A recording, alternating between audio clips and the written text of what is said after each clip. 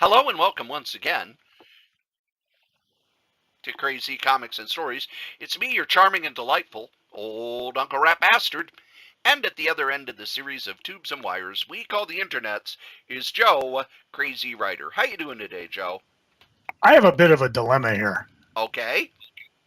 And I don't know, should we start out with the listener commentary I got, or should we just get right into the dilemma? Oh, let's get the commentary first, because I don't believe Well, I've gotten that commentary.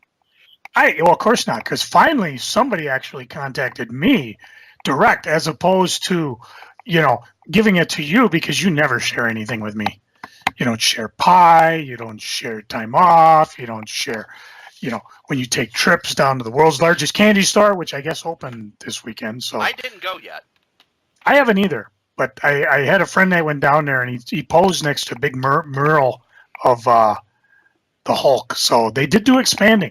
So it's hard to believe you could fit more candy, pie, and whip bear goodness in a place, but we will have to check that out one of these days. But this comes from Ron Elred, and he waved at me and said, "Excellent job on the latest podcast. Kudos to you, Cory, and Daniel." And I said, "Thanks for I'll pass the kudos along." And then he says, "I went to college with Cory, and I apologize profoundly for that." He says he's the one that really got me into enjoying comics. And he suggested that maybe since a couple weeks ago we did one on the top movies and TV comic book shows, how about a show on maybe the top TV comic book shows out within the last 5 years or so? Ooh. Like Gotham, Jessica Jones, things like that. And I said, "Becky, you got a lot of nerve, fella." Then he says, I haven't caught up on those yet. I try to look at the books, comics, and such you guys talk about, but with the recent comic superhero interest, it would give people a glimpse into what you guys find interesting. And I have the same thing. I don't watch a lot of the current stuff. Matter of fact, I would have to probably restart Jessica Jones because I went 5 episodes in and then dropped because, I spend a lot of time on the eBays. So, anyways, that was kind of neat to hear from a listener. And they can message us on Facebook. They can email us on the Solitaire Rose Network at gmail.com. And then I can also talk to him directly and see if he has any embarrassing college stories he can share. Oh, probably. Yeah. And if you're looking to advertise on this here podcast, I'm going to brag for a minute, Joe. Okay, I'm going to sit back and drink this here water. Because we've been running an ad for Ace Blade #4 with Danny J. Quick, who I interviewed last year on the solo podcast, and his Kickstarter was funded within 5 days. And 5 days. A lot of that was his work, but we had something to do with it too, because it's like 2 days after the ad that he purchased dropped, he was fully funded. Went from around $450 to the $1,000 he needed. And it was done by listeners like you. Yep. Thank you. So I would like, if you've got a Kickstarter that has to do with comics, you need it to be kicked. You could buy ads on this here podcast. I don't believe it. How do they do that? Well, right here. Hey there, kittens and caboodles. It's me, your charming and delightful old Uncle Rat Bastard. Would you like to contact the show? Would you like to say something and have it be on the show? Go ahead and give us a call at 952-856-0519 and leave a message, and we'll play it on the show. You can also email us at solitairerosenetwork@gmail.com. And if you would like to buy advertising on the Solitaire Rose Network, a growing network of podcasts that I am very excited about because, well, they're my podcasts, you can do so. Just email at solitairerosenetwork@gmail.com, subject advertising. Thanks.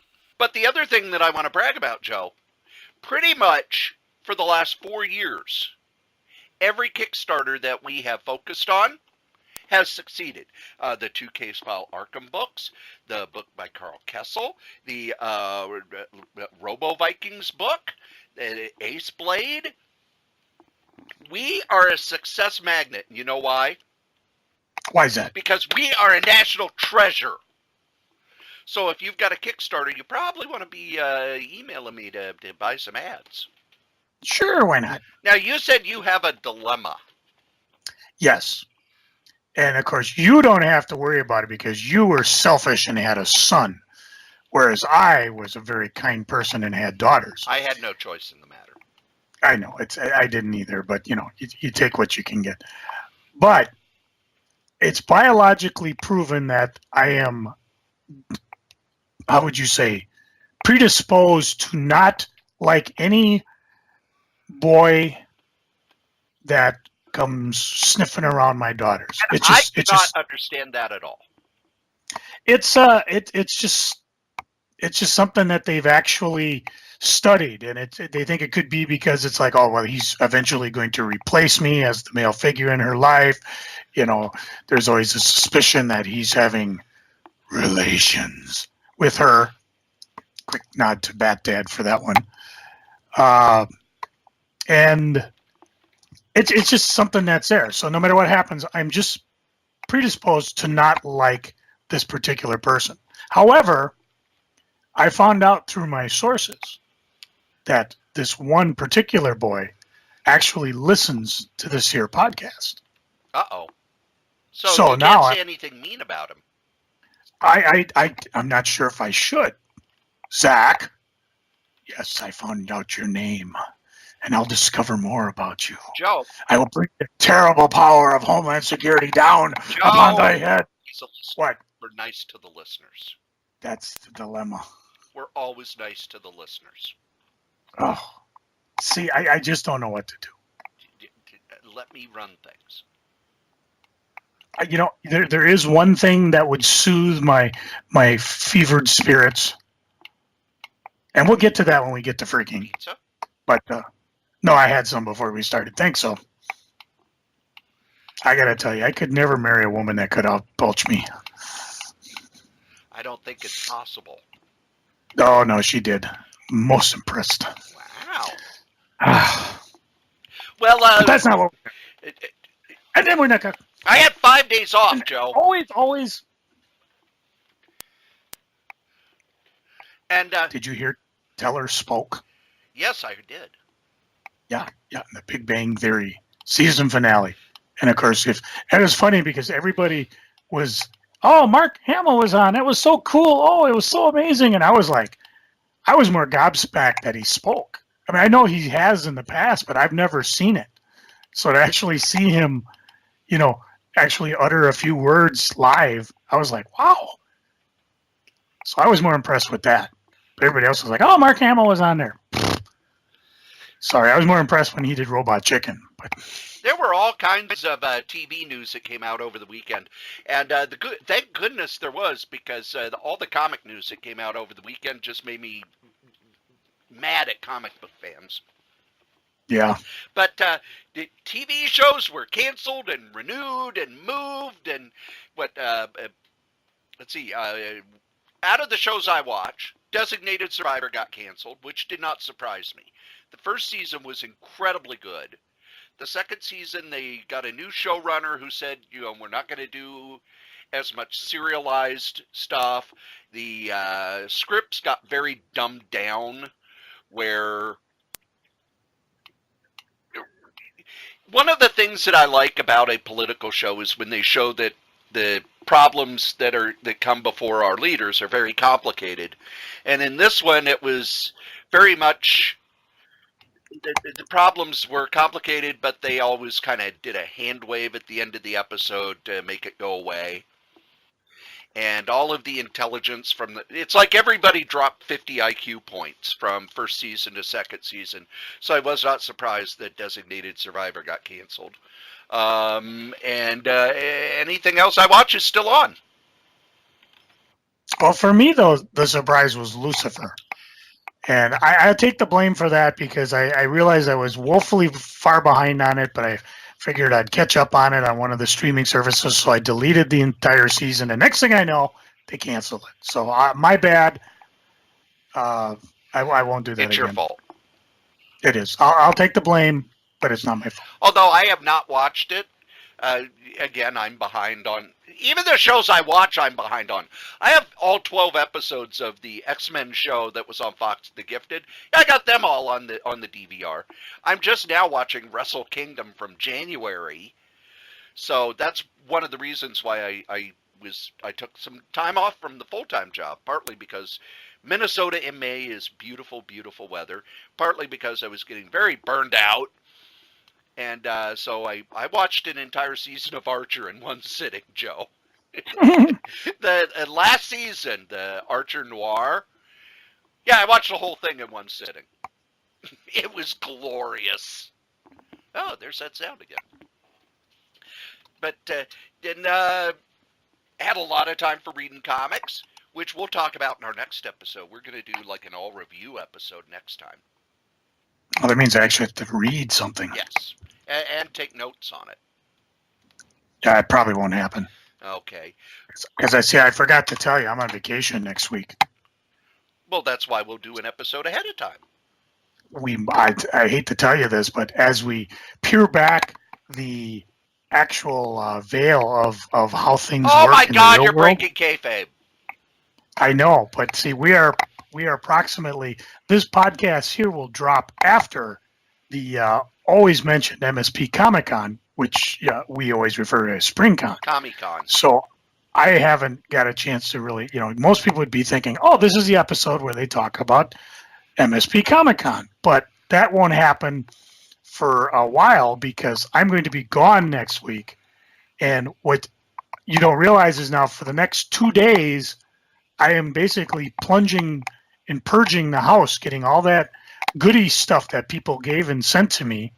Like Granite City gave us a huge box of game cards and trading cards and things, and another guy gave me a couple boxes of various die-cast vehicles. Well, I got to get all that stuff prepared, and then on Thursday, I bring it to the fairgrounds and set it all up. And Friday, Saturday, Sunday's a con. Monday, I'm gone. So this is it, fanboy. And the funny thing was, and I don't know whether to blame you, Strode, or Gmail. Let's blame Gmail. Okay. Just for the sake of friendship. But Cory sent me a note like 6 days ago. I'm going to be off all day Monday. Well, you know what I was doing all day Monday? What I was talking about earlier. Purging the house, blah, blah, blah. So we could have had a fresh new episode, 2 fresh new episodes ready for you for not only for when I'm at the con, but also for when I'm on vacation. But there was no follow through. And, it was just by sheer accident that I happened to look into the spam folder. And I'm kind of thinking, why after all these time, you're sending me spam?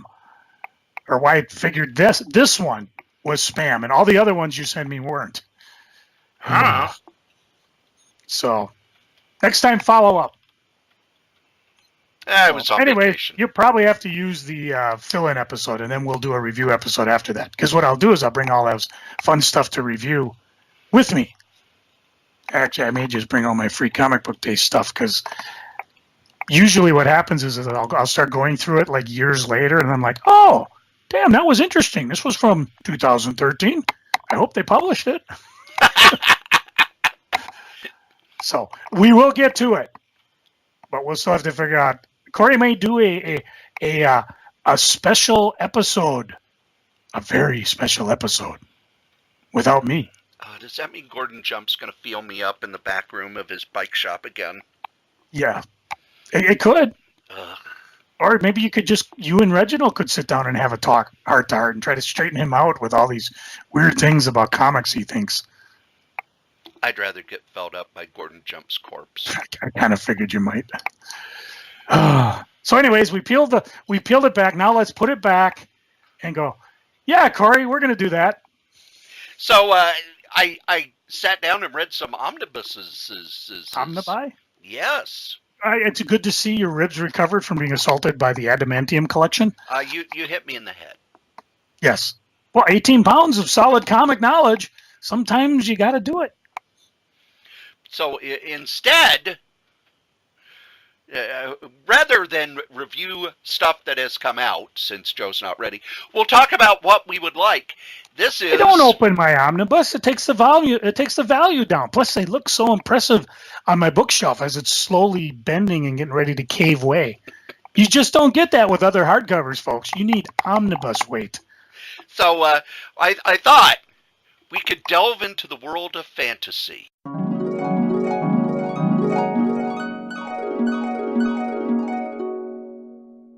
It's just a fantasy.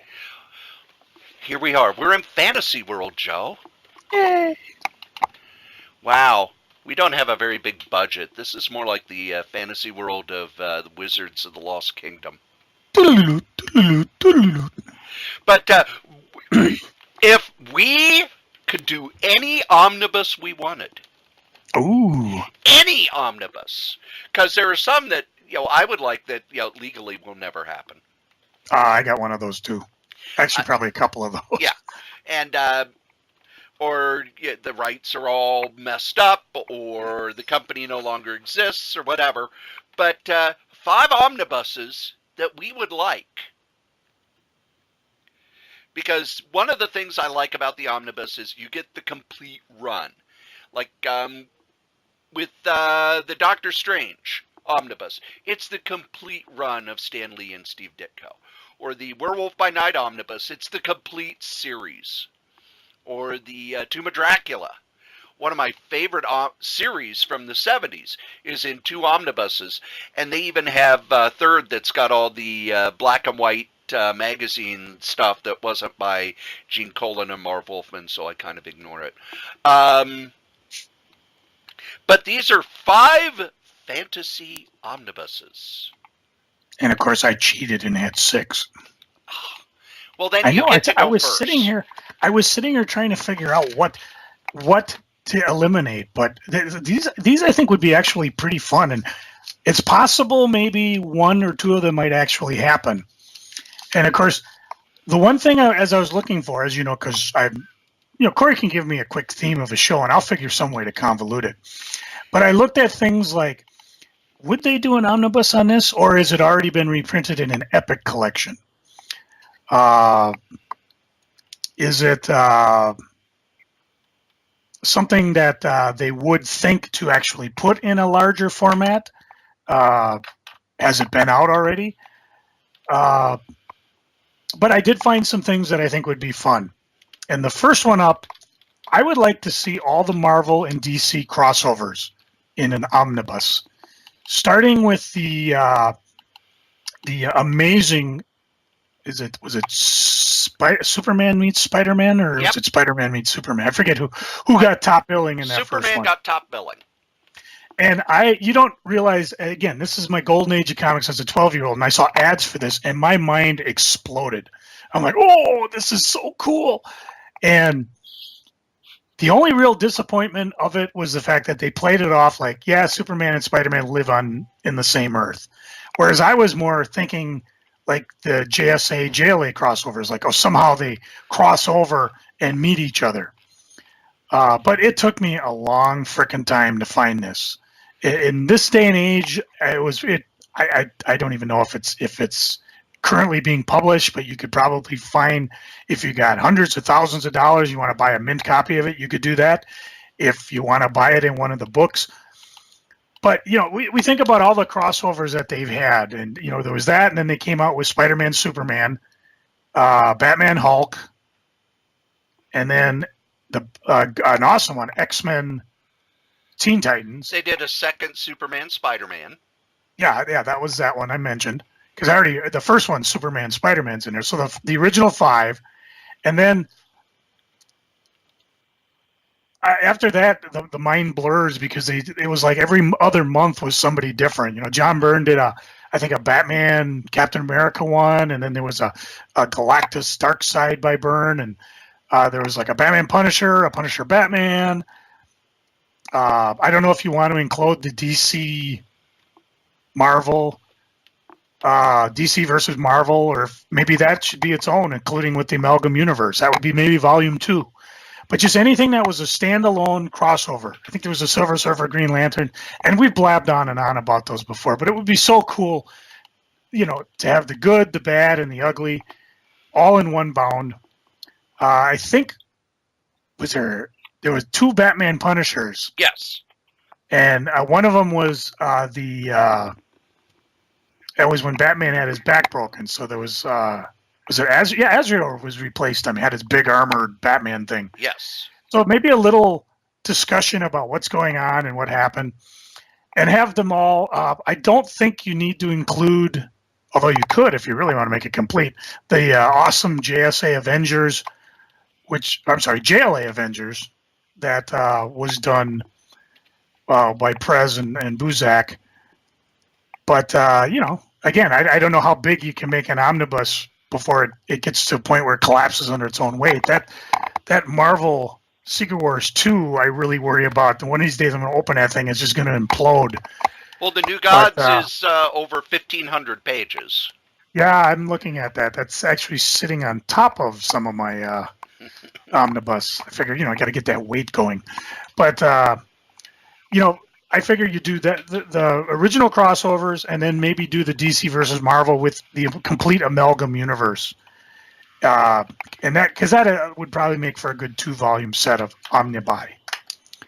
What would be your one of your choices, Mr. Strode? Well, one of the things about your choice is Marvel and DC for a while did co-publish the crossover classics in 4 volumes. Yeah, and I knew that would out of print. Yeah, I knew that would not last, so I snatched those up as soon as I could. And the DC versus Marvel is out of print. The JLA Avengers is out of print. And last I looked, DC versus Marvel, which can I be blunt, Joe? It doesn't hold up well. It's not a good story at all. It's not a good story at all. It was very much an event and not a really good story. That thing's going for a lot of money on the Amazon and the eBays. Yeah. And it is, that's why you need to set some things up, because at the time, the first fight, Spider-Man was a clone. Which is why when Superboy makes a comment about being a clone, Spider-Man reacts the way he did. Well, if you didn't know, and I've complained about this on other books, if you don't know where in the continuity this fits, a lot of it just goes right over your head. But hey, I've got Avengers: The Crossing, so it isn't necessarily a prerequisite for this. But to get the amalgams in a nice format like that, I think it would be worth it. And I think you'd need 2 omnibuses, and I think do them all. Have DC publish one, and Marvel publish one, however that works. Sadly, I don't think it'll happen, but we can hope. We can hope. That's the point. And who knows? We've had Kickstarters go. We've had TV shows canceled. People are listening. Maybe somebody might decide. Hey, making money is more important than ego. Well, the next one I have is one that I would think would be possible, but I haven't heard any rumblings of it, and that is Howard Chaykin's American Flag. When he was working for First, he did, I think, the first 24 issues, and then other people did the next up to issue 50. Then he came back and did another 12 issues. So taking those 36 comics and putting them in one volume, I would love to have that. And the graphic novel Southern Comfort, too. You could, that could round it out. Well, you could throw in the 2 times squared graphic novels, because they were kind of part of it, but kind of not. It'd also be nice to get those back into print, because Chaykin often talks about how those were some of his favorite things to work on. But the thing about American Flag was it was a series set about 30, 40 years in the future, where America was kind of a corporation rather than a country.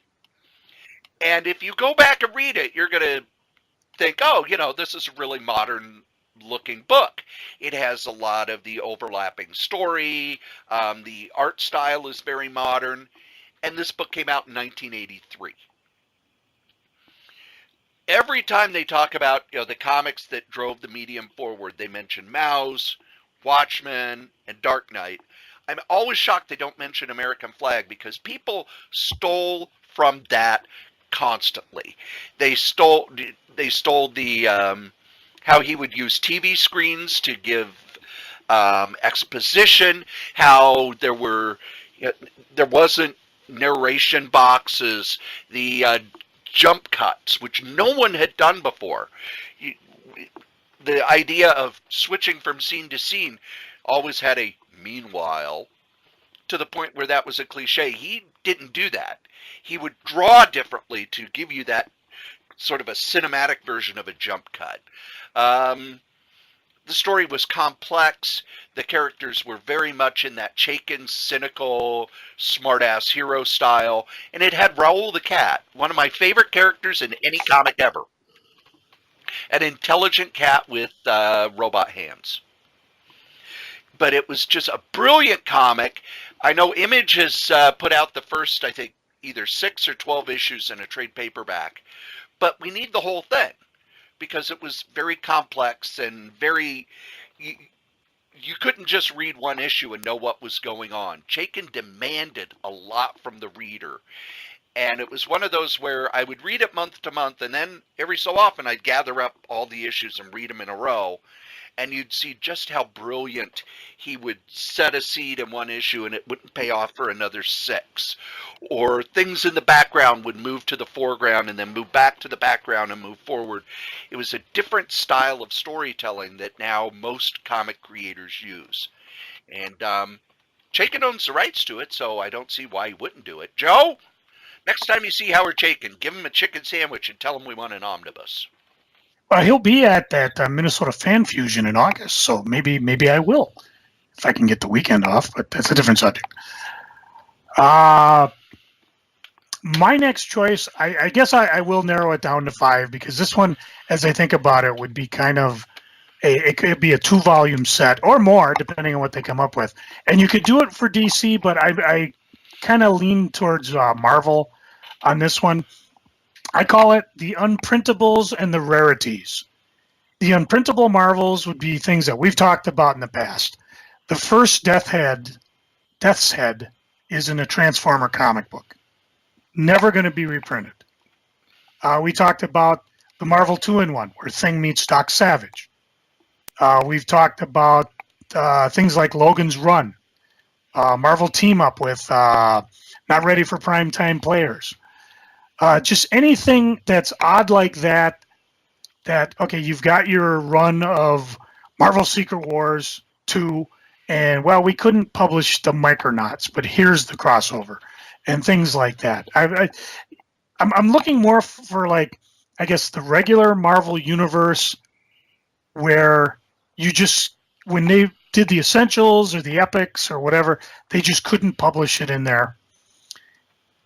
The rarities one would be more items that were fairly rare and just nobody ever saw. I'm thinking like they had these Gumball comics in 1968 where they were about the size of maybe half a postage stamp, and you see them on the eBays all the time. They run anywhere from $50 to $200 depending on which one they were.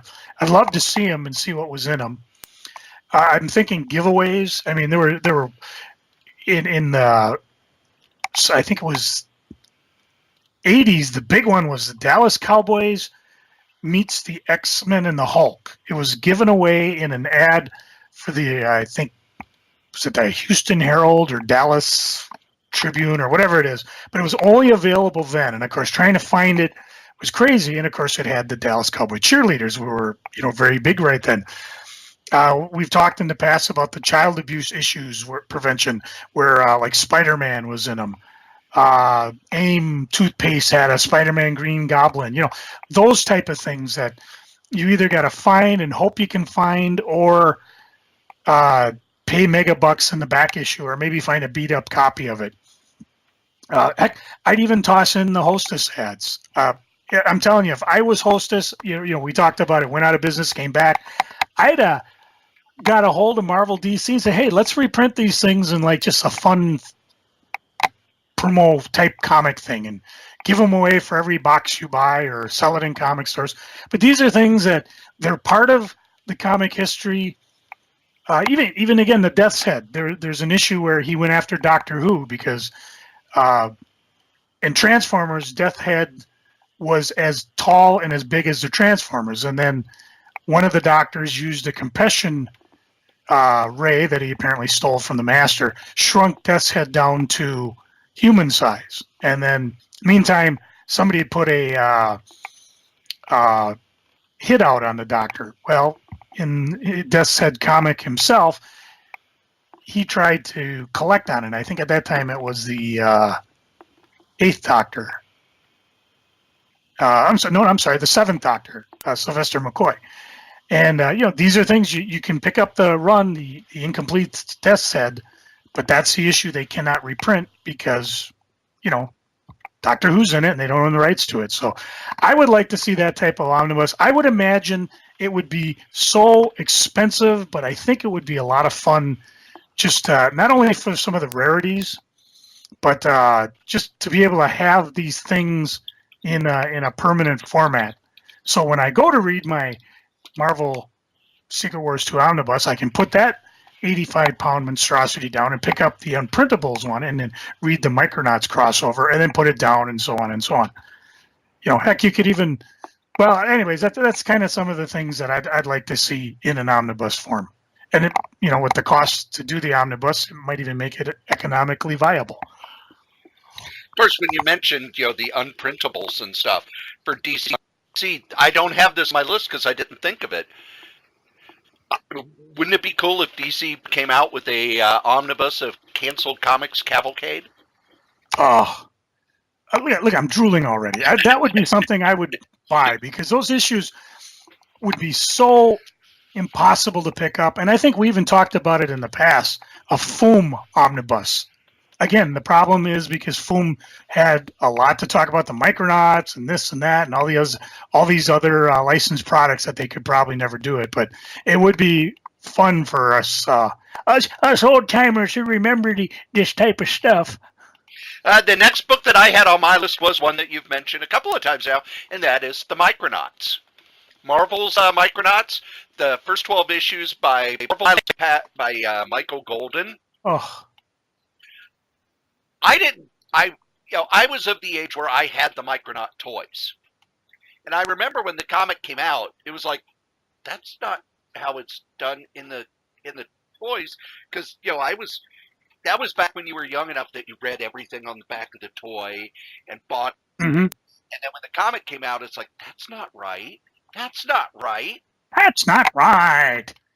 By the 5th issue, I no longer paid any attention to the background they gave on the Mego toys. No, the Marvel version is much cooler.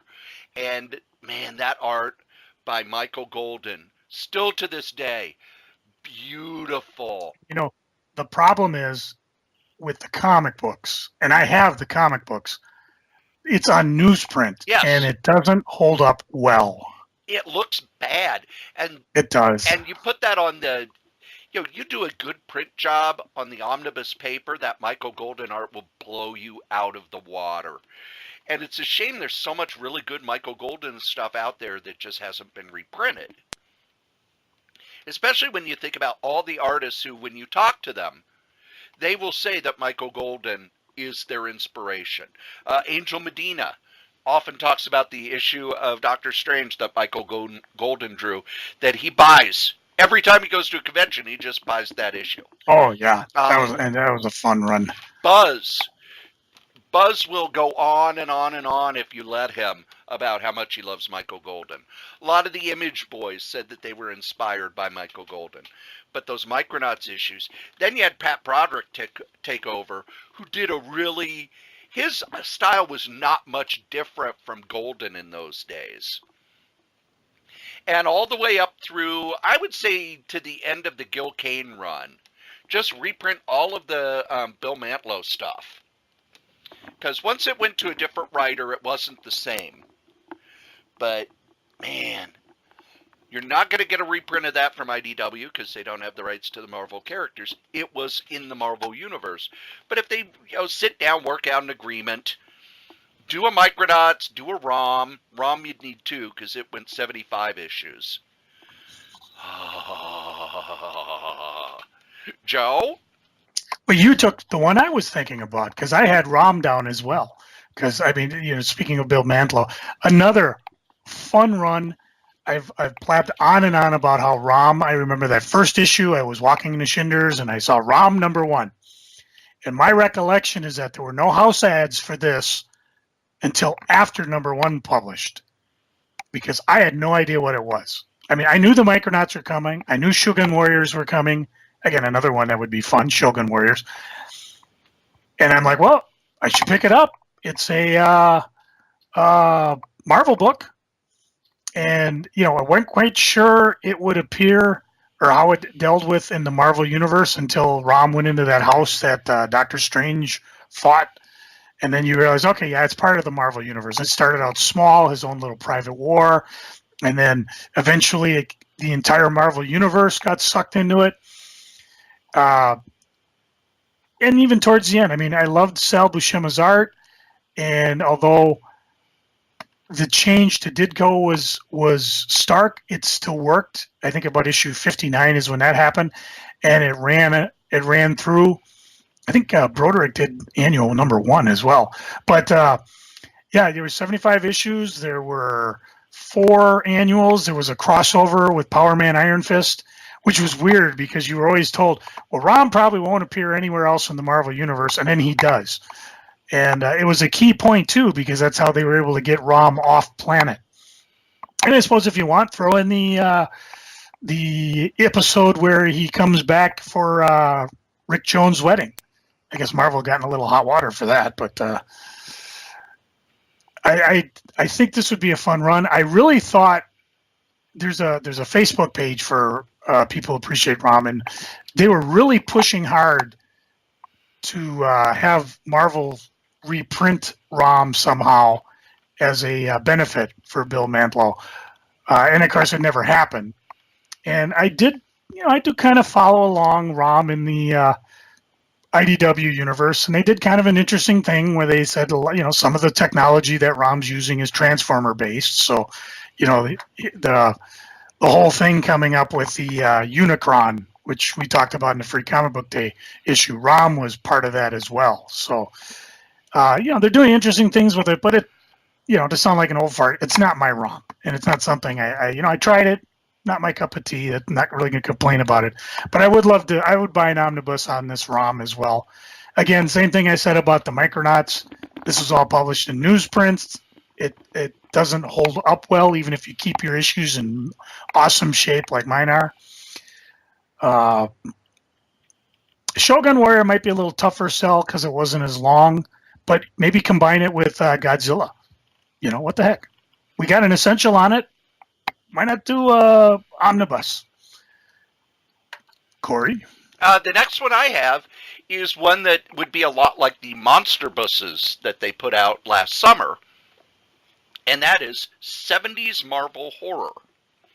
For a short time in the 70s, horror was selling very, very well. And Marvel had some original horror anthology comics. Fear, Tower of Shadows. And then when the sales dropped, they started putting in reprints, and then they eventually just started reprinting all the 50s horror stuff. But you had Gene Colan doing stuff. You had Don Heck doing stuff. And reading those stories, because when I read Don Heck's superhero stuff, it was kind of everything looks kind of dull. I was very used to the Kirby stuff. But when I read the Don Heck horror stuff, it was like, oh, wow, he's really good when he's drawing superheroes. Then you had the Marvel magazines, which were also horror anthologies and had a lot of new stories in them.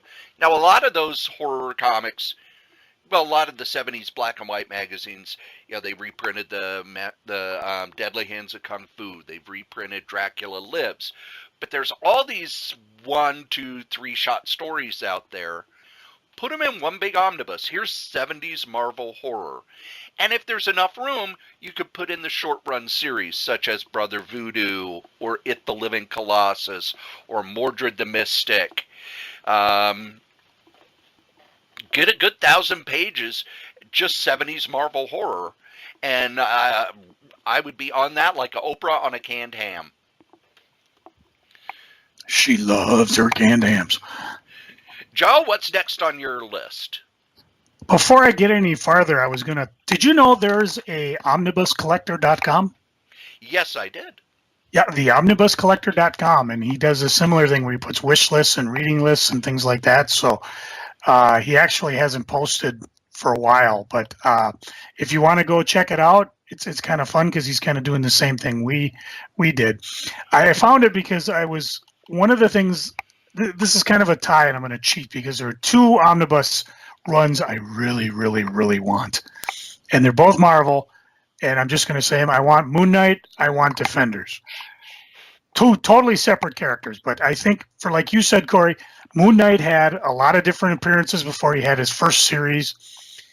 Defenders, again, they've done Essentials. I think they've done Epic. Yep. They've reprinted the things like that. I would like it in an omnibus form because the art was a lot of fun. It'd be cool to have the stories there. Throw in a couple extras. I don't know if there's anything around. I don't know how far into the Defenders you want to go. Do you want to do the whole thing? You want to get up to the miniseries? Because there have been a couple miniseries. I think Eric Larson did one that was a lot of fun, and they did Secret Defenders, which was hit or miss. Thanos was in it. Moon Knight, same thing. Some of those early appearances and one-shots, nobody... And then I just started thinking about, like, which characters would deserve them. Black Widow, that would be kind of fun. Inhumans, that would be cool. So, there's always... And I'm not even thinking DC. DC would be a little tougher because of the whole New 52 cut. It's kind of like, well, I'm not necessarily interested in a New 52 omnibus of those characters, but you start taking some of the classic stuff, like you talked at the top of the podcast about the New Gods, that would be a lot of fun, or the canceled comic Cavalcade. So just a couple of different properties that I think would be kind of fun. I'm looking over. I hadn't gone to Omnibus Collector for a while. Where I get my Omnibus news is actually the Marvel Masterworks page. And they work with Marvel on, okay, here's the Masterworks that are coming out. They've actually helped find better sources for some of the material, and that's marvelmasterworks.com. But if you look under their other hardcovers, click on that. It's got the DC Archives, the DC hardcovers, Marvel oversized hardcovers. They've also got a list of all of the essentials there, but they've got the oversized hardcovers and the omnibuses. Right. And they have news about the omnibuses that are coming out. The other good thing about it is if the omnibus is in print or the oversized hardcover is in print, they have a link to where you can get it on, let's see, is it Amazon? I'm going to hit the link. Yep.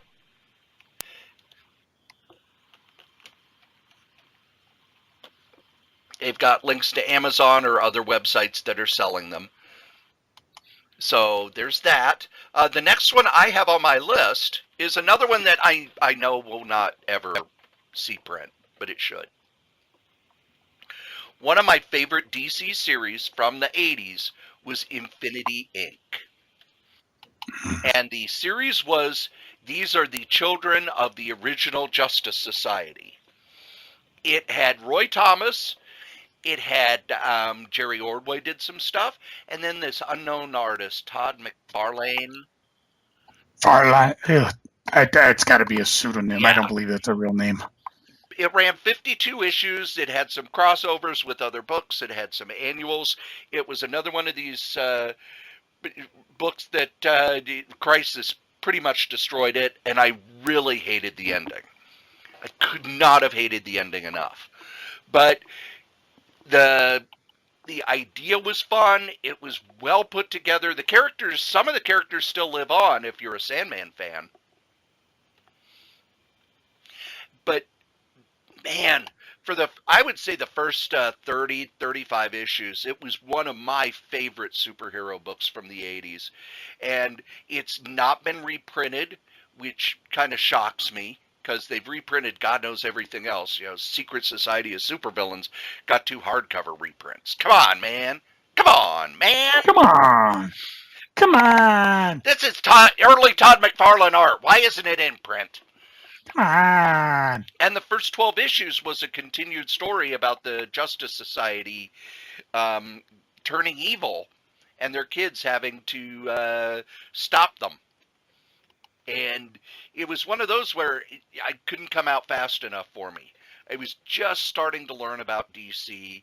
Roy Thomas, he knows his past and can weave it into new stories, whereas a lot of other writers who try to mine the past just, "Hi, here's a story we did, and we're going to reuse the villain." He would take the ideas from it and kind of mold them like Play-Doh and stretch them in new ways. And Infinity Incorporated was kind of the perfect version of that. I would buy this.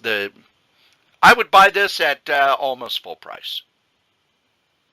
Not full price, because I don't buy anything at full price when it comes to comics, but almost full price.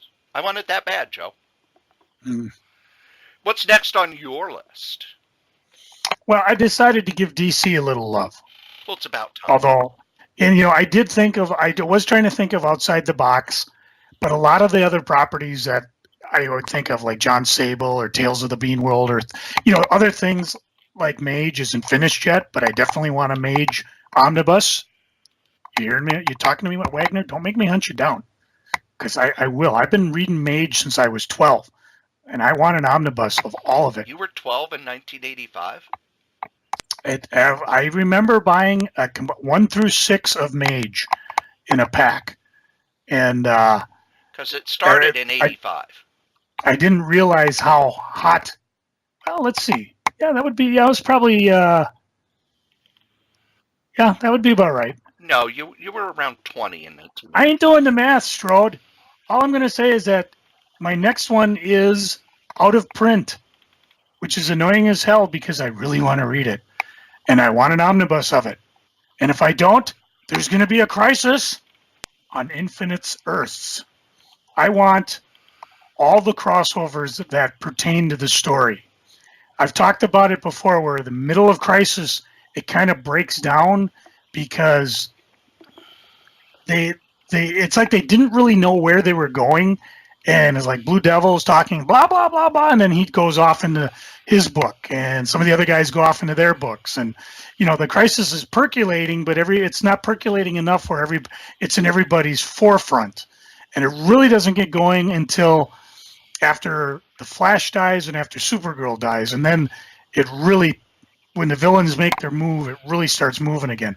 But to have an omnibus, and I have the absolute, of Crisis on Infinite Earths with all the pertinent crossovers would just be fantastic. And it's fun to read some of the stuff in the background because back then DC was still pretty much their own fiefdom. And so when they were coming up with Crisis, not everybody wanted to be involved with it. And if they didn't want to be involved with it, they didn't have to be involved with it. And then when they realized how big it was, then you had what we called the Red Sky Crisis. This is a Crisis team up. Well, why? Because instead of making Blue Sky, they made Red Sky. And the action in the book had nothing to do with what was going on. But you could just even start out with, you don't necessarily have to run the entire Titan book where we see the first appearance of the Monitor. But you could, what was the book where we actually saw the Monitor? GI Combat. Yep. Republish that one. Or if it's just the little hits and bits coming up to Crisis. Because we knew something was coming years before it actually hit. This may actually end up having to be, I don't know how this would work. Would it be better to have the stories tie into each other? Or would you do it like they did in the Infinite Gauntlet, where here's the main story, Silver Surfer, Thanos Quest, Silver Surfer, Gauntlet, and then here are the books that tied into it. Or I don't know, Marvel was, or I'm sure Marvel, DC was pretty disjointed back then, so not all the crossovers work. How far into Swamp Thing do you want to go? Because Alan Moore wove Crisis brilliantly, not only into the one-shot book that he put in Saga of the Swamp Thing. I mean, you remember where he says, Luthor, even the name inspires power. As the Swamp Thing's looking up at Luthor. And you don't get that sense of power in any other Crisis book. But then he goes on, and then he culminates in issue 50. Does that deserve to be part of the Crisis? Because they're saying that actually had something to do with it. It just so happened it was going on at the same time. I don't care. Make 5 volumes of it. The point is, I'd like to have it all in one. And I don't know, Cory. What do you think? Do you include the guys who just put Red Skies on, or just let them just say, these guys were part of it, but all they did was put Red Skies on? Well, they are putting out a book that has all of the Crisis tie-ins up to Crisis issue 9. So I'm wondering if they're going to do 2. It's in the new previews, so you might want to look through your DC previews. Well, I'll have to wait till it's their podcast. Oh, hell with it. Pause the podcast. I'm going to look it up. Oh, yeah, that's going on the list. Okay. And while Joe was looking at that, I came up with my last one. When Conan comes back to Marvel, I want an omnibus of the Conan series from the 70s. Well, you'll have to put the Red Sonja appearances and maybe Elric in the unprintables. Well, they could also, negotiate to preprint those, in this format, because I know that they've reprinted the Doc Savage 2-in-1 story in Marvel Unlimited, so they might have just sat down and said, hey, we'll give you this much to reprint that. And the Elric, I know that has been reprinted a few times, so it may have been that Moorcock gave, here, you can reprint this, do what you want, because I've read that story in reprint volumes before. But up until issue 115, Roy Thomas was very meticulous about making sure that it fit the timeline. He would have, stories that he created until, here's a Robert E. Howard story, we're going to adapt that so that it fits in the timeline. When he got to the Belit stuff, in that, there were only a couple of stories, but it supposedly lasted over 4 years. So he did 4 years of stories leading up to issue 100. Roy was doing it in real time until he left. Then after he left, the creators afterward just did Conan stories, which annoyed the hell out of me and made me drop the book. And now when I go back, they're not good. Even if you're a decent creator, other than the Buscema art, the stories just aren't good because they're just random. Whereas Roy Thomas was very meticulous about making sure that they fit into the timeline. So it would probably take about 3 omnibuses to reprint all of that stuff, not counting Savage Sword, which could be its own omnibus. Yeah. And even if Roy said, okay, why don't we do it? We'll drop in the Savage Sword stories that take place during this. But man, those early ones by Barry Windsor Smith, and then you had Buscema come on, and Buscema loved drawing Conan, and it showed. On a lot of other stuff, he just did layouts or thumbnails, but on Conan, because he loved the fact that he didn't have to draw cars and buildings and superheroes, and he could draw horses, and he could draw figures, and he loved doing it, and it always showed in the art because his art was always one step up of the other stuff he was doing at the time. So the last of the omnibuses that I want to see, Marvel, get right on that when your Conan rights show up in January. And that's my last one. Joe, was that your last one? I'm looking through. I can see I'm going to spend a lot of time on this Marvel Masterworks thing because, they just got oodles of fun stuff here. Yeah, it's a great website. I use it a lot. What If Omnibus would be kind of fun. And again, you got the Conan issue, which I suppose is unprintable, but would be printable now once they have the rights back. And I was just looking at some of the, they had like the top 25 hardcovers that are out of print. And, there was the Monsters, the Captain Marvel Society of Monsters, or what was it called? I borrowed Monster the hardcover. Society of Evil. Oh, I would love that in omnibus form. I have the one Cory borrowed to me, which ironically he bought from me. I have it very safe because one of these days when I can just sit down and read it, I will. But and for a while they actually talked about reprinting it, and I was hoping they would do it, but then I guess lack of sales, they decided to let it go. But there's just a lot of different stuff there. And if you've got something you think we overlooked, and you think, how could they have been so stupid to not include that? You know what to do. You got a lot of nerve, buddy. No, I mean, contact us. You know who has contacted us, Joe? Oh, I'm sorry. I told him I wouldn't, since the incident. These guys, our sponsors. Oh, phew. That's right. Here at the Solitaire Rose Radio Network, we have ads, and our first sponsor is me. That's right. Your charming and delightful old Uncle Rat Bastard. I have my first book out with Dangerous Dan Moore. It's the first 100 strips of our online web strip, Worldwide News, the story of the lowest rated cable news network. And you can get yourself a copy with commentary, with all sorts of extras, with signatures and everything. Just email Dan over at lordshadowflame@gmail.com. Our top sponsor, who's been with us since day one, is DreamHost. DreamHost.com. You need yourself a website, and DreamHost.com is the #1 web host in the whole known universe. Just head over to DreamHost.com, put in the code KRAYZ, KRAYZ, get $20 off your first year. How can you beat that? Our other sponsor is Graze, GRAZE.com. Healthy snacks for a healthy lifestyle. Just head over to Graze, put in the code CORYS3R5P. Your first and fifth box are free. You can get them weekly. You can get them bi-weekly. You can get them monthly. You just order a whole bunch of them. It's great stuff to keep you away from the vending machine at work.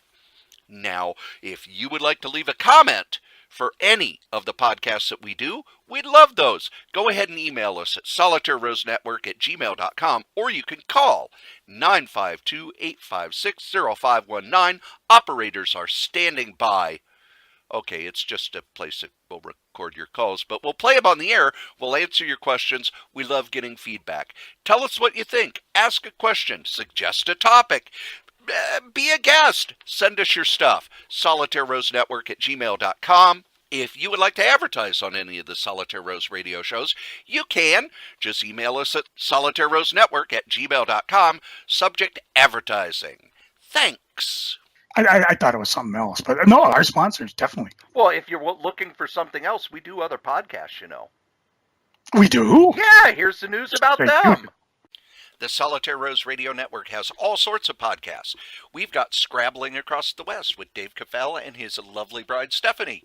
They travel across the country playing musical gigs, and at night they sit down to play Scrabble and talk about their day at scrabbling.solitairerose.com. There's Novelcast over at novels.solitairerose.com, where I take the novels that I've written and turn them into audio podcasts. Currently, we are doing a novel called Do the Job, which is a murder mystery set in the world of 1980s professional wrestling. Then, over at badadvice.solitairerose.com, me, Cory Strode, and Wolfie B. Bad, along with Dan Moore, give bad advice to people who send in questions. That's bad advice over at badadvice.solitairerose.com. The Solitaire Rose Radio Network is growing. Be there! You think NBC will get mad I used that? And as we've gotten all the plugs out of the way, we now ask Joe the most important question of the day. Joe? Yes, I did save my bikini zone. No. Oh. Why am I red-faced? What's going on the eBays? Nothing. Whoa. Actually, I should say, well, we're gonna peel back kayfabe again. Ready? Here it goes. Oh God, that's gonna leave a mark. That stings. Don't put any The week rubbing alcohol on it. The week that we're recording this, I basically was purging my eBay of things that I will be bringing or have brought. Boy, this past tense, future tense is tough. To SpringCon, or is it MSP Comic Con 2018? So I've taken about 300 things off the eBays, including the majority of the graphic novels and things like that. And I warned you guys I'd be doing this. And being that by the time this here podcast drops, I will be on the North Shore of Minnesota, I will not be putting much back on the eBays. Matter of fact, you may actually go to my eBay site, Crazy, Krayz, and see that I'm on vacation. So by the time the next podcast drops, which will be Memorial Day, and I'm not sure if I'll be around that day, so we might have to record on the Tuesday afterwards, I'll be starting to rebuild the eBays. And this is something I do every year. Kind of, even now as I was going through, I discovered things that when I originally put it on eBay, I was the only person with it. And so I priced it at what I thought was fair. Well, now there's somebody doing the same game I am, pricing it just a little bit beneath me, so that way they have, when you do the lowest first plus shipping, they come up in the search first. So I'll be repricing stuff. How dare they? Doing my own sneaky things against me. There's a podcast in that somewhere. Anyways, I've still got tons of stuff to put on the eBay. So as of now, for the next couple of weeks, you can see what's there. There probably won't be a lot of changes except for things that sell. If I get a chance to put things on, which I know I'm not going to, I will. But probably starting June, by the time you hear 2 podcasts from now, is when I'll start reinvigorating things. I got a lot of neat consignments where people brought me stuff that I can put on the eBays. I've been digging through my own. Matter of fact, some of the things I have, they sold so quickly. I was going to kind of brag about them, but I didn't get a chance to. Like I had a Miss Marvel 19 from 1979. And for hang on a second. No, God damn it. I'm sorry. I don't have a shiny new dime, but I have a fairly tainted one. Cory, what is significant about Miss Marvel 19, Volume 1 in 1979? Oh, gosh. Well, I know it was the last of her original costume. Yes, because it's ripped. And a nice boob shot, too. It was not an appearance of Rogue. I know that. Ronan was in it. I don't know. Was some other clown wearing the same, if not similar costume? The original Captain Marvel met with her for the first time. Yeah. Although I thought they met before she was Ms. Marvel. Yes, but this was the first time when it was Captain Marvel meets Ms. Marvel. Yep. Pretty pricey, and it's gone. I had the first appearance of Machine Man back then, X-15 from 2001 Space Oddity. Probably the only issue that's got some serious heat behind it. Which is it's a cool series. And again, talking about, I don't know if Marvel could reprint this or not. No. But this could be one of those, again, this is one of those rarities. It's a significant issue, and the character is around. So again, go to my Rarities graphic novel in Fantasyland and check it out. I also sold a Swamp Thing 50, which I was just blabbing on about, whether or not that's part of the crisis or not. A couple things that are out of print, like I had a Mars Attacks graphic novel from Topps, 1994, that sold. And it's not all big, expensive things. I mean, I ended up selling a copy of Ragnarok #9 from IDW. For some reason, I got like 2 copies of it. So sold one, kept one. That's the one that Walt Simonson's, what he was doing. I don't know if it's done or just waiting to be more done. So anyways, enjoy a couple weeks. Pick through what's there on the eBays. And if you see something you're interested in, feel free to send me an offer. I've been taking offers way below half price just because, these are things I'm trying to sell. They're, hey, just ask my wife. They're better off in your basement than mine. Plus, if I know you're a listener of this here podcast, I always like to include a little extra something, or I may accept that. You want that $1,000 signed by Richard Corbin and Harlan Ellison hardcover of a Boy and His Dog for $100? Well, I'm not saying I'll do it, but if you listen to this here podcast, I'll think about it. Well, Well, and after Joe talks about what's going on the eBays, we get to my favorite part of the show, where Bathroom break. where I sit on the deck with a glass of bourbon and read comics. Oh, I thought you yelled at the kids, "Stay off my lawn!" No, I gave them my lawn. They can have it as Oh, long as they mow it. I don't care. that's very generous. No. It's freaking and geeking. Joe, what are you freaking on?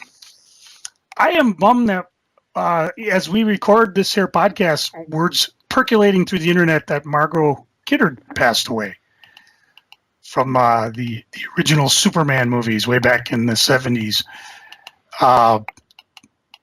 Just one of those, she's had a tough time, and it's just sad to hear, passing away. And how dare these stars pass away on us? They should live forever like Bob Hope. Keep hope alive. So, just a little sad on that.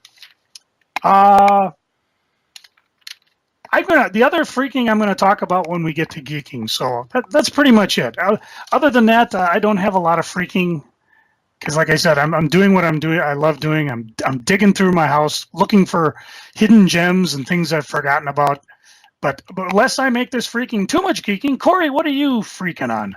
I also had the Margot Kidder thing.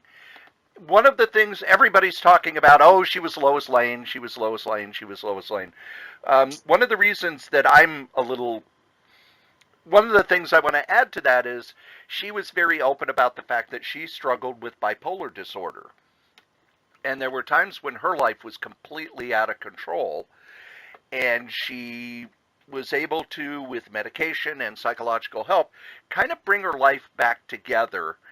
And, she lived to be 69, which when Superman came out, I would have went, wow, she's old. Now, it's like, that's not that old. But it's sad that she really, after she came out as saying she was bipolar, you didn't see her get a lot of work in Hollywood, which was a shame because other than Lois Lane, she did some great movies. I popped online a few times over the weekend, and comic fans,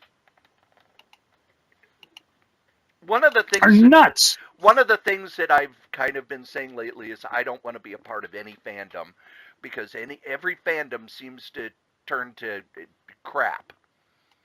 And this weekend, we actually had people who, quote, are fans, unquote. I don't think they're fans. I think they're just assholes.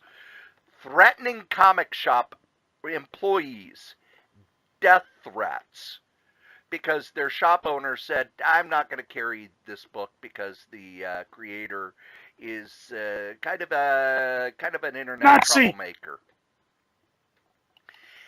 Look, shops can say, I'm not going to carry this book. You could get it somewhere else. One of the shops where the employees were threatened, actually, when someone asked, they said, no, we're not going to carry this book, but we do know that these other shops are carrying it. Dude, comics shops don't have to carry what they don't want. Joe talks all the time about how Hot Comics St. Paul, before he bought it, how many Iron Man did they put on the shelf, Joe? 0. Why? I don't like Iron Man. See?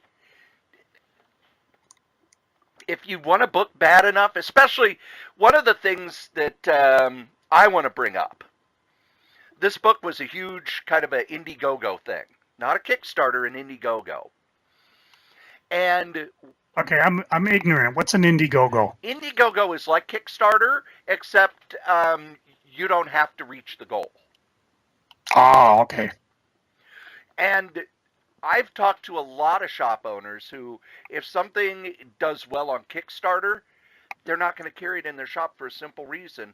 Everybody who wanted it contributed to the Kickstarter. Brian Hibbs, who does the Tilting at Windmills over on The Beat, probably the best news blog on comics on the web, he talks constantly about how in the early days of Kickstarter, oh wow, this book got a lot of people buying it on Kickstarter. So he'd get it in the shop, and he couldn't sell it, couldn't give it away, and he's stuck eating the product because everybody who wanted it bought it on Kickstarter. So yeah, everybody needs to calm down. Everybody needs to calm down. Do not bring the political bullshit that has infested the rest of the world into comics. Oh, the comics are, they're not for conservatives. They're not for this. They're not for that. You know what? If a shop doesn't carry a book you want, go to another shop. It's not that hard. There are all sorts of shops, and you can buy the stuff online. And the book that everybody's throwing a fit about, the artist is selling it directly. Buy it from him. He'll get more of the proceeds. There are times I just don't want to be around people anymore. I wondered, and you get another wall of omnibuses up in the Strode compound to keep you protected from them, and if the powers that be listen to this here podcast. And one of the things I also want to point out is, ladies and gentlemen, if you are publishing a comic and you are making a list of the stores that do not carry your comic and giving it to your fans and calling the people who run those shops names and insulting them and saying, go get them, you're really slitting your throat. Comics is a small industry. And if you're telling people to harass shops, Joe, if you heard that a creator was harassing shops when you owned a shop, would you carry their stuff? Probably not. It's a terrible business strategy. If you're out there causing trouble, insulting people, it's a small industry, and people are going to go, I don't want to deal with that. There are comic creators who are out there stomping around, causing trouble, yelling names at other creators. Guess what? Their books are not showing up in shops. Companies are saying they don't want to work with them. There are people who have said things online, and they haven't even sent samples to Marvel or DC, and the editors at Marvel and DC have seen the stuff they've said, have read over what they do, and said, yeah, I don't want to deal with that. Not because of their political beliefs, but because this person does not play well with others. It's a collaborative medium. If you're going to go it alone, that's fine.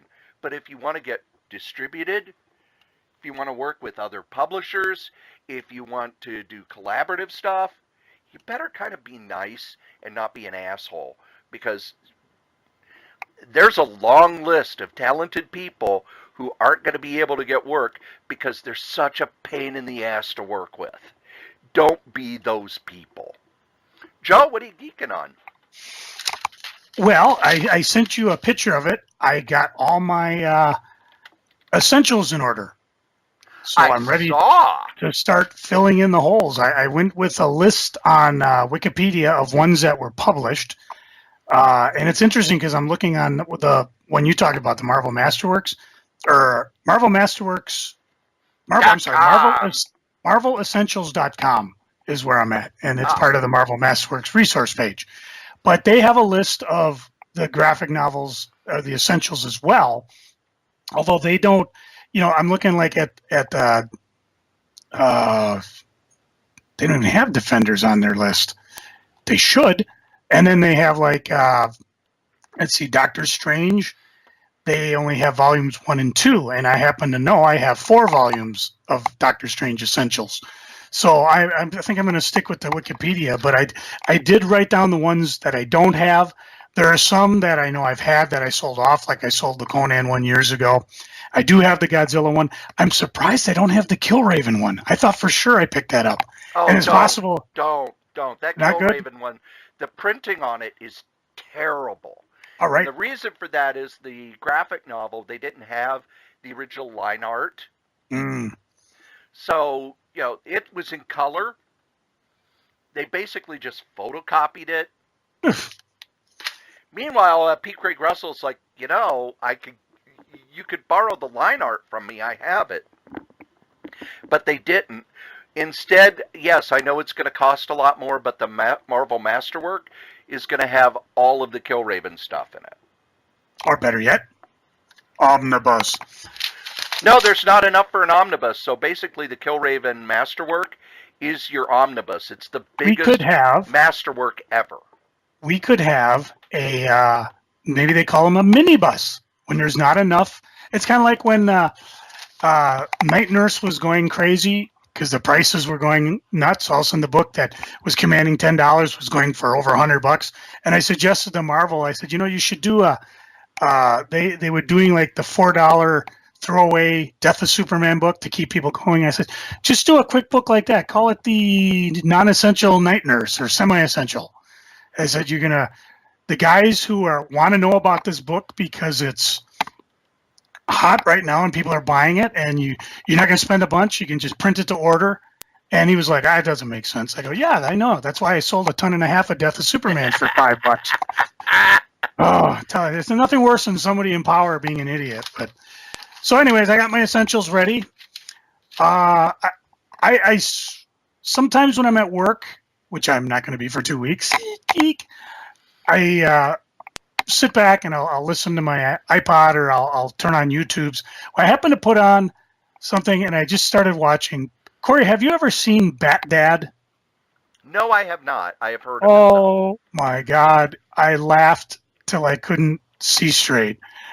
Bat Dad is just why didn't I think of this stuff? He puts on a Batman mask and he's doing it kind of as he's staring at the camera and the action's behind him and he's going, hey, Jen, his wife, save some of that chocolate sauce in the Batcave for later.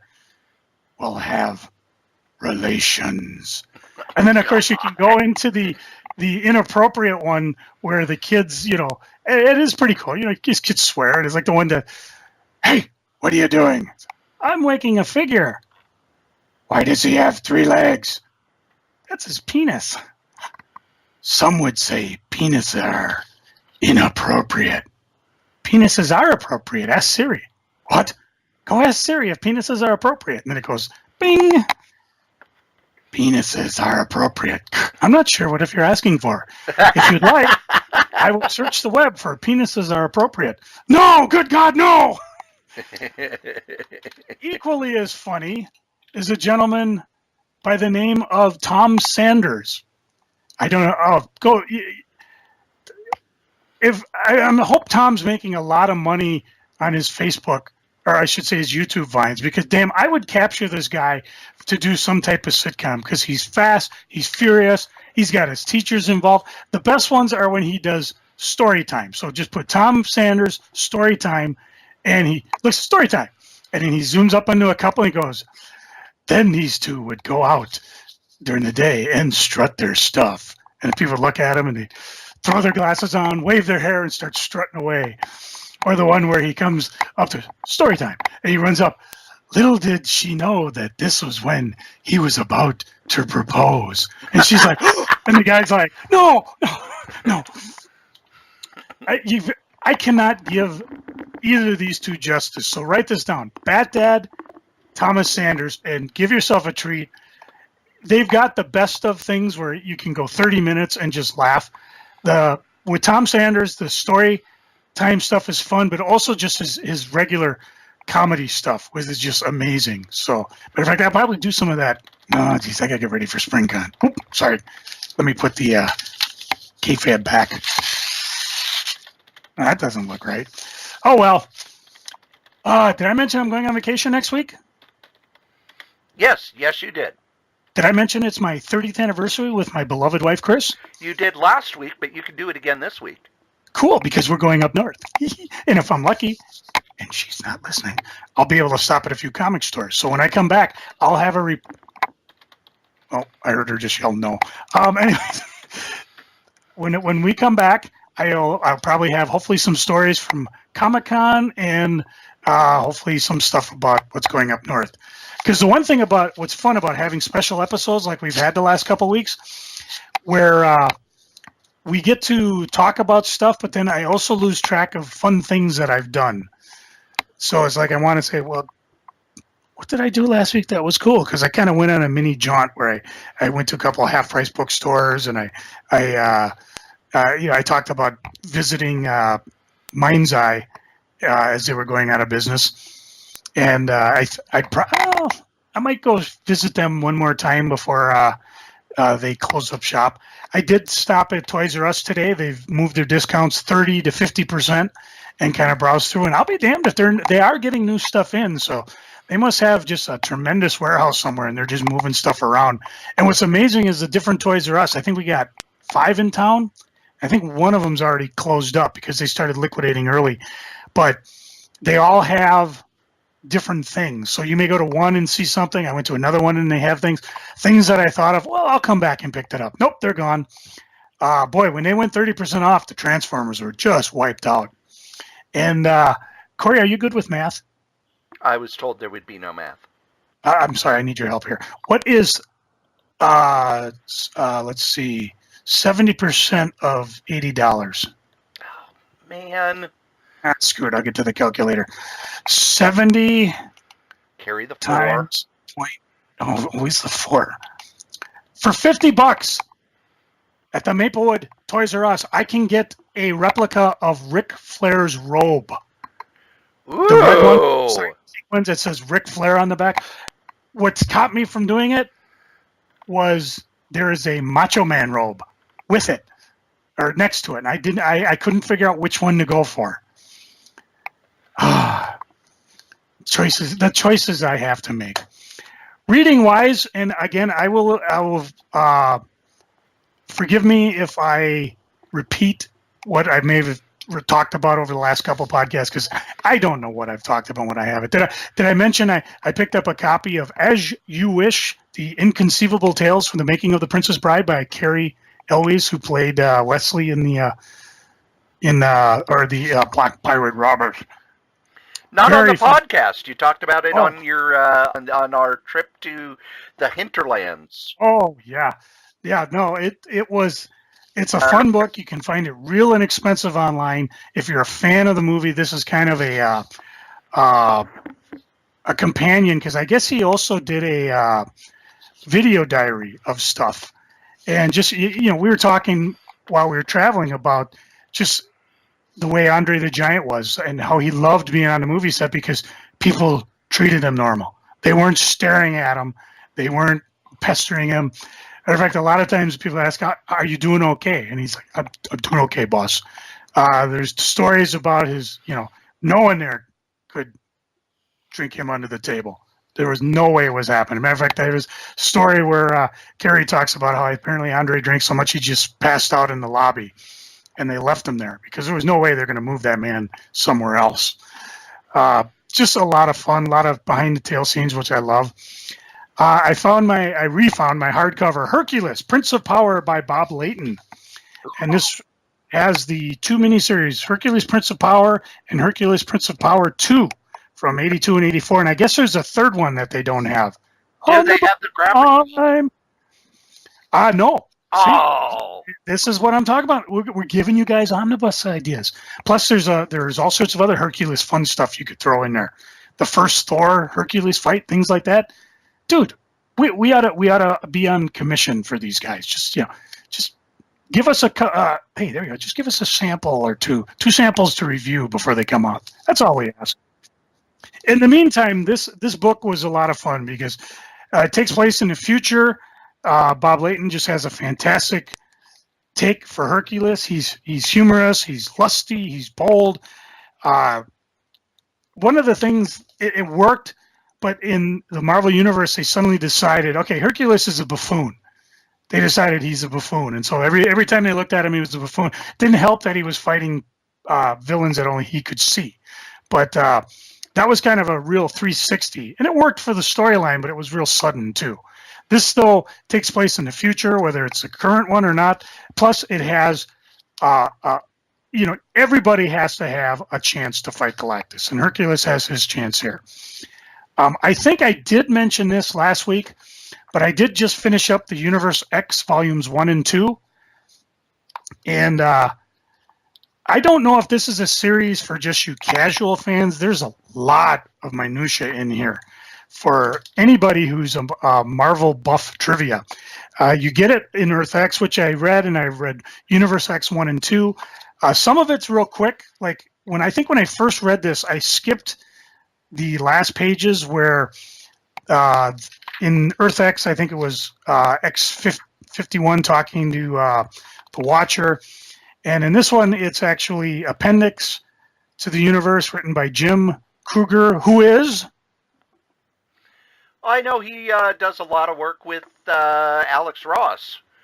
Yeah, and he's writing it as Aaron Stack. So as you read things like this, there was something I missed the first time around, and this is how minutia goes. They're talking about how apparently in this Marvel universe that a lot of animals died and meat had become scarce. He still feels bad for what happened to Howard. Oh. I know. That's amazing. Just the type of trivia. Uh, Back in the mainstream universe, I was able to pick up a couple cheap copies of Marvel Visionaries with Peter David, Incredible Hulk 3 and 4. I'm not sure how many of these they actually came out with. I got to look that up. While Cory does his geeking, I'll look that up. But again, this is the Mr. Fix-It era, and what was fun for me is I did not like the Mr. Fix-It era. I went, remember I went from Todd McFarlane's super hot, super cool art, and then they came back, and here he was, a gray Hulk running around like a mobster. And as I read the story, it's very good. Again, Peter David could write the bloody phone book, and I think it would be interesting. And what was fun is these are books that I'd never read. Omnibus. And, it would be fun. I'm going to have to go back and dig up his Peter Parker run as well. To round out the last box day, I got copies of Wonder Woman by George Perez, Volume 3. And I'm wondering if this might be, I got to check, this might be the end of it because he had stopped doing the art. And who was doing the art? Tom Grummett. Yep, I think he left with either issue 50 or 60, because I remember I was working at Shinder's when his last issue came out, and I had told them it's going to take a nosedive no matter who they put on it. Yeah. No, Wonder Woman sells this many copies. Well, we ought to half the order. The next issue came out, and I think we sold 2 off the shelf. I'm just trying to see how long, because this may be it for Wonder Woman. Because let's see, where did George Perez stop writing it? See, this goes up through 35. No, there must be more because he keeps writing it. Chris Marindent, I think that's how you pronounce it. So yeah, there's a couple more volumes, I guess, coming because he hung with it up to issue 62. So I got more coming. I hope it sells well enough because the stories are fun. And again, these are stories. I collected this series, but I didn't read it, or if I did read it, I totally blanked on it. So it's just fun rereading it. And another series which I never collected, but now I am, Avengers Academy Volume 2, the complete collection. This brings us up through issue 20, including, let's see, they did a two-part Amazing Spider-Man where they were there, and a Fear Itself home front, and a couple Avengers solos. And Fear Itself for me was kind of a checkout moment because I started reading it and I checked out. I didn't know what was going on. I didn't care. And if the book crossed over with it, I just didn't pay attention to it. Now that I've read just some of the crossovers with it, I'm thinking, I may have to go back and actually read Fear Itself. So I got a couple things I'll be looking for. Either go to Marvel Unlimited or look for a cheap copy. So a lot of good reading. That's pretty much it for now. Like I said, I'm just saving up the money because as I try to repair the kayfabe here, and I don't know if the tape is not working. I'll try to put it together. But Cory, what are you geeking on? What's got you? First off, Vince McMahon was never able to repair kayfabe. No. So first thing, I got all caught up on some of the graphic novels that have been by my bed. So I finally read the 4th volume of Tales of the Beam World that came out a year ago now? Yeah. Oh man, I was on that canned ham. We've done that joke once. I really enjoyed it. I've always liked Tales of the Beam World, but I'm glad he's doing it in big, thick books now rather than 24-page comics. Because with the 24-page comic, the way he tells the story, you don't really get much. And Bean World is such an odd book.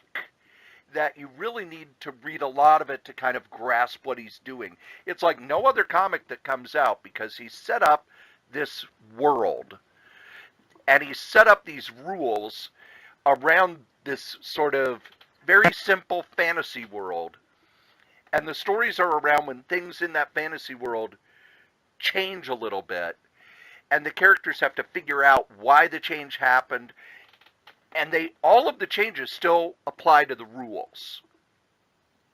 And it reminds me a lot of the Isaac Asimov robot stories, where there are the 3 rules of robotics. And the story is a robot does something that looks like it broke one of the rules of robotics, but the characters figure out, no, these rules are in conflict, or this happened, and the robots are applying those rules to what happened. It's very much, I want to say it's like a puzzle. And he says, in all the publicity for it, it's not a world, it's a process. And as you read it, that you have to keep that in mind, because you're going, what does this have to do with things?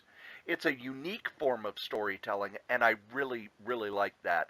Another of the omnibuses, I bought this omnibus a couple of years ago, and when I bought it, people were like, why did you spend money on that? Joe, I have read the Just Imagine Stan Lee omnibus. Omnibuy.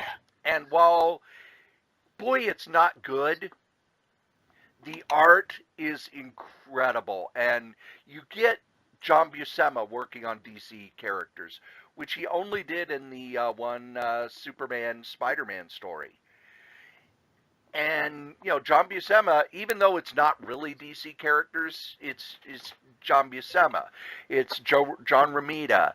And it's supposedly Stan kind of reimagining all the characters. And while I would have rather had Stan do a Justice League story, it was unique and different enough that I didn't hate it. It's not great.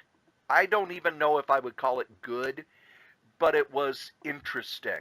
And with Stan being 95, we're not going to get any more stories out of him. From what I hear, the Spider-Man comic strip is plotted by Roy Thomas, and Stan does dialogue for it. And Stan's had other people plot the Spider-Man comic strip for a long time. But I'm glad I read it. And the art is incredible. They pulled out all the stops for the art. I got caught up on Doctor Strange. I read the entire Jason Aaron run. And I'm getting to the point where any character that comes back, I just say, let Jason Aaron write the first 2 years. Just let him write the first 2 years. Because what he did in Doctor Strange is he completely broke the character down, took away all the magic in the world, and then slowly built it back. And in building it back, changed things. Because one of the problems with Doctor Strange that writers have talked about for the last 15 years or so is he was a character who there weren't really any rules for. He could wave his hands and make things go away. And Jason Aaron set up new rules for magic. He kind of explained how magic works in the Marvel Universe. And in doing so, set some limits on Doctor Strange. And it also took away the kind of the pretentious way that Doctor Strange has always been, where, he's the Sorcerer Supreme, so he knows everything, and he speaks in such a way. And Jason Aaron kind of humanized him a bit, which, if he wouldn't have taken away the magic in the first 10 issues, would not have worked for me.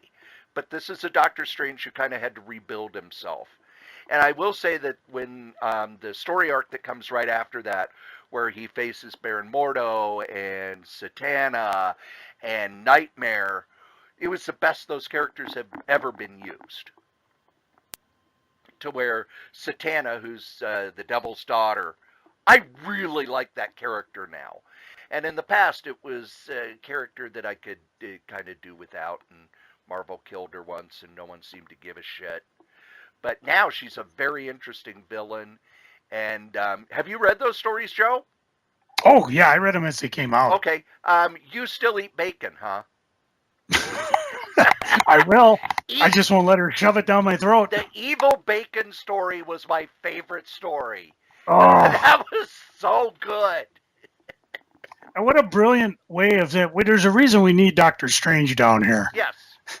And you remember his comment when and as you know, this ain't a spoiler. Well, it is a spoiler, but he does get away. Remember the last thing he said as he was leaving? No, what was that? I think it was, "I'm going to leave you a negative Yelp review." Yes, he was talking about leaving a negative Yelp review. I am a huge fan of Hard Case Crime. I've talked about it relentlessly on the show. And one of my favorite writers who writes for them is Max Allan Collins, who has done a series, and it's like over 12 books now, called Cory. And Cory is a hitman. And we don't know his real name. He worked with a broker, and everybody who worked with the broker was given a code name. So all we know about Cory, name-wise, is his name. Max Collins did a 4-issue miniseries that came out about a year ago called Cory's War. And it's an early adventure for Cory. It also shows his time in Vietnam. But it also kind of weaves in his origin story as well. And as I'm reading it, God damn, Max Collins does great comics. He knows pacing, he knows the form, he's telling 3 stories at once, and they all weave through. And it's one of those where I was reading it and I go, damn, I need to read those Cory books again. Because I didn't read them in order, and I read them kind of as they came out, and I may have missed a few, and now I want to read them all. As well as his Nate Heller books, which is a story of a private detective starting in the 30s with Al Capone, who kind of is part of these historical mysteries up to, I would say up to about the 70s is the last one I've read. Oh, good stuff. And then non-comic wise, I watched last season of Archer in one sitting.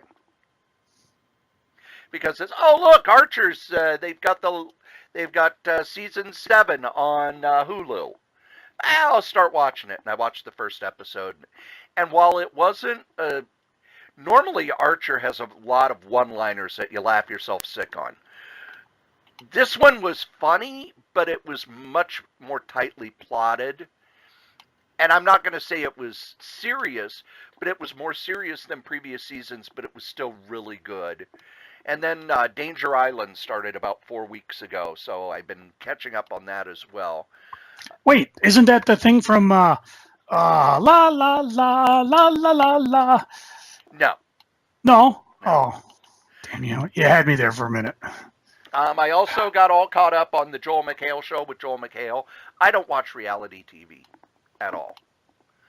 I had no idea how fucking batshit insane it was till I started watching the Joel McHale show, because what it is, he takes clips from reality shows and mocks them. And if the shows are like that, I have no comprehension as to why anyone would watch any of this stuff. Wow, it's terrible. But he's very funny, and it's a show on Netflix. They've been doing it every week, and then on July 15th, they're going to drop 6 new episodes. So if you've not watched it, even if you don't watch reality shows, because I don't, it's very funny and well worth your time. And the last thing I am geeking on, Joe, remember how I've been complaining about how DCB Service is shipping the books so very late that it's like, oh, this stuff's 2 weeks old by the time I get it? I went bi-weekly with my shipping, so today was Box Day. Cool. And which means now we'll have 2 you opening box days up on YouTube. Once videos. I get that started, yeah. Oh, okay. I haven't done it. I was all excited. See, I'm still sticking with a month because I got plenty of shit I haven't read yet. So. Well, I got tired of previews coming to me 2 weeks after it comes out. And it's like, great, I have 1 week to read through previews and decide what I want to buy. So I'm every other week, but hey, I got Star Wars Tag and Bank. Neat. If you remember those stories from Dark Horse. I have the original graphic novel. And looking forward to reading through that. Well, believe it I or actually not, made that kids. to a Star Wars fan, and he hated it. One quick housekeeping note, since I asked the question and I found the answer. Apparently, there are 8 volumes of Peter David's Visionary Hulk. It goes all the way up to issue 396, although Peter David's run continues well into the 400s, up to 467. Sounds to me like we need a Peter David Hulk omnibus. We do a John Byrne omnibus, but it's only 6 Yeah. issues. That's true. Oh, he has his own Visionary book, too. Well, believe it or not, kids, And I don't. you have listened to us blather on about funny books for an hour and a half. And as we say every week, the comic we like the least, we still like better than the comic that you like the most. Joe? I'm on vacation. Get your own quote. Hit my music.